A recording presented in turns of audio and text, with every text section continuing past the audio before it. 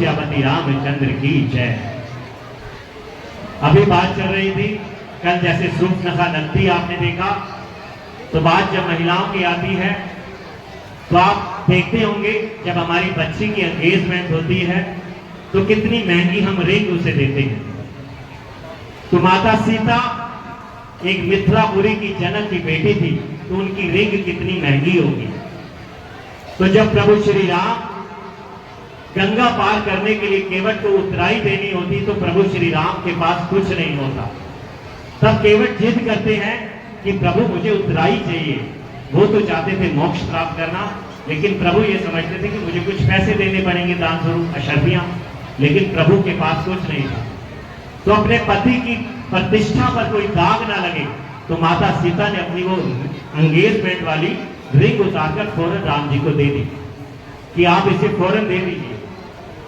और आज इस कलयुग में क्या हो रहा है कि अगर कोई पति 4 महीने तक आपके घर बैठा है, अपने घर बैठा है, तो पत्नी उसे डिवोर्स देने की सोचती है।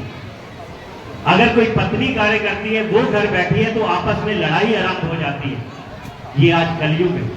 और एक माता सीता है, जहां घर घर में सीता जी का उपदेश दिया जाता था, उन्होंने अपनी रिंग भी दे दी और 14 साल तक वनों में अपने पति के साथ बिताए हंसी खुशी। क्योंकि आजकल हम साधनों में सुख देखने लग पड़े हैं। अगर हमारे पास सादे साधन हैं तो हमें सुख महसूस करते हैं, लेकिन साधनों से सुख नहीं होते। अगर आपकी द्वार भी कोई सुबह साफ करने आता है, वो 10 रुपए लेता है ना, और वह शाम को जब घर जाता है, जब धीमी धीमी बारिश होती है, तो अपने पैसों से थोड़ा सा तेल बेसन लेके जाता है और अपनी पत्नी के साथ जब वो स्टोव जलाकर पकोड़े खाते हैं, तो फिर भगवान से जब वो धन्यवाद करते हैं कि प्रभु आज की रात्रि बहुत अच्छी रही, तेरा धन्यवाद है, वो सुख सबसे अच्छा है। पैसे से सुख नहीं मिलता जब तक आपको आध्यात्मिक संतुष्टि नहीं हो। एक बात करें हम सूर्पनखा की। सूर्पनखा रावण के पास जाती, ये नहीं कहती कि मैं बदतमीज हूं, मैंने बुरा किया तब मेरे साथ ये हुआ। फिर रावण से ये कहती है कि मैंने तेरा नाम लिया, उसके बाद भी उसने मेरे नाक और कान काट दिए।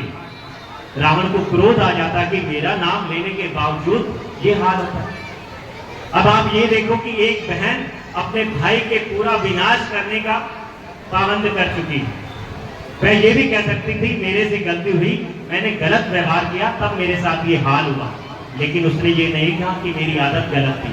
उसने ये कहा कि मैंने जब तुम्हारा नाम लिया तब उन्होंने मेरे नाक और कान डाल दिए। और उसके बाद ये भी कहा कि उनके साथ एक सुंदरी स्त्री आई है जो बहुत ही सुंदर है, वह वनों में उसका काम नहीं है, आप उसे अपने महलों में लाओ। पहली ऐसी बहन देखी होगी जो अपनी भाभी के होते हुए एक पराई स्त्री का वर्णन कर रही है। और रावण वैसे ही उस तरह का था, वह सीता को चुराने की चेष्टा उसके मन में आ जाती है। और एक माता सीता होती है, माता सीता का भी एक भाई होता है, वह मैं आपको बताता हूं, क्योंकि माता सीता भूमि से पैदा हुई है। माता सीता का नाम है भूमिजा। और जब रावण उसका अपहरण करते हैं और अशोक वाटिका में रखते हैं, तो रावण प्रतिदिन सीता से मिलने जाते थे और वह सीता से कहते थे कि तुम मेरा विवाह करना स्वीकार करो, लेकिन सीता नहीं मानती थी। तो एक बार रावण को जब क्रोध आया तो रावण ने कहा कि मैं तुम्हें काट डालूंगा, वह वनवासी अब यहाँ पहुंच नहीं सकते।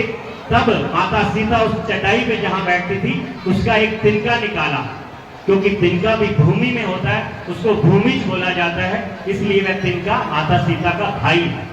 तो वह रावण और अपने बीच में वह तिनका रख देती है माता, और माता इतना कहती है कि तेरी बदमाशी जितनी भी होगी यह तिनका ही पार करके दिखा दे, मेरा भाई मेरी रक्षा के लिए बड़ा है।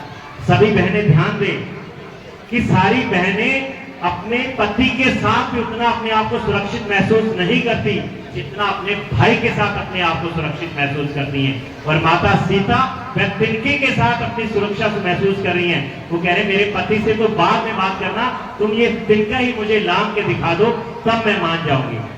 उस तिनके में भी इतना बल था। आज हम समझते हैं कि हमारी अगर बहनें आ रही हैं, भैया दूज या रक्षाबंधन है, तो ये पैसों का व्यवसाय नहीं है।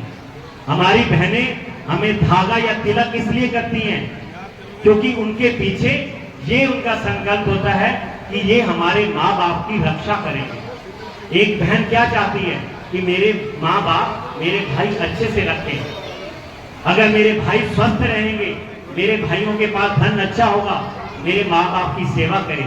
उस बहन का ये संकल्प होता है अपने भाई को धागा बांधने का और तिलक लगाने का। तो ये रामायण आपको परिवार को एक साथ जोड़ने की काफी शिक्षाएं देती है। मैं बार बार यहाँ पर ये कहता हूं कि इतने लाखों रुपए, लगभग 9 से 10 लाख रुपए इस रामलीला में खर्च होता होगा, वह हमारा करना तभी सार्थक है जब आप लोग यहाँ से कुछ सीख कर जाएंगे।